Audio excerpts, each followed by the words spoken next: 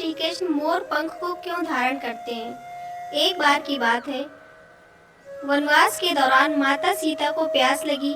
तभी श्री राम जी ने चारों ओर देखा तो उनको दूर दूर तक जंगल ही जंगल दिख रहा था।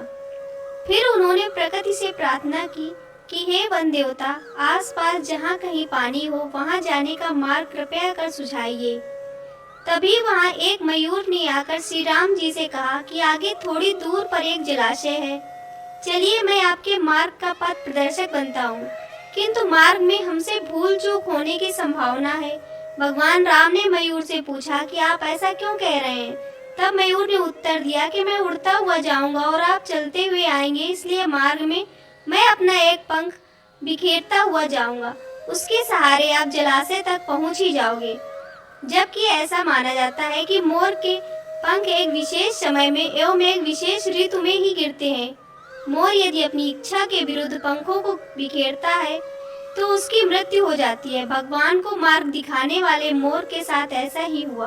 अंत में जब मयूर अपनी अंतिम सांस ले रहा होता है और मन ही मन सोचता है कि वह कितना भाग्यशाली है कि वे प्रभु जो जगत की प्यास बुझाते हैं, ऐसे प्रभु की प्यास बुझाने का उसे सौभाग्य प्राप्त हुआ।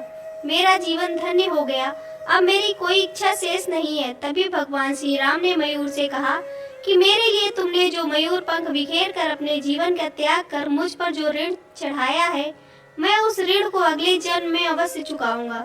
कहा जाता है कि जब भगवान राम ने श्री कृष्ण के रूप में अगला अवतार लिया और अपने सिर पर मोर पंख धारण कर अपने वचन अनुसार उस मयूर का ऋण उतारा था।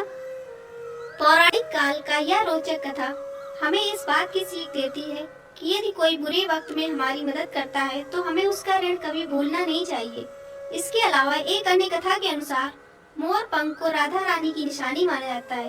कहते हैं कि एक बार श्री कृष्ण राधा के साथ नृत्य कर रहे थे, तभी उनके साथ ही झूमकर नृत्य कर रहे एक मोर का पंख भूमि पर गिर गया तो प्रभु श्री कृष्ण ने उठाकर उसे अपने सिर पर धारण कर लिया। जब राधा जी ने उनसे इसका कारण पूछा तो उन्होंने कहा कि इस मोर के नाचने में उन्हें राधा जी का प्रेम दिखता है। कहते हैं कि श्री राधा रानी के यहाँ बहुत सारे मोर थे। यह भी कहा जाता है कि बचपन से ही माता यशोदा अपने लल्ला के सिर पर इस मोर पंख को सजाती थी। वैजंती माला के साथ ही मोर पंख धारण करने की एक बड़ी वजह राधा रानी से उनका अटूट प्रेम है। इसके अतिरिक्त और भी कई कारण बताए जाते हैं जिनकी वजह से श्री कृष्ण अपने सिर पर मोर पंख धारण करते हैं। आपको यह जानकारी पसंद आई हो तो वीडियो को लाइक और चैनल को सब्सक्राइब अवश्य करें। धन्यवाद।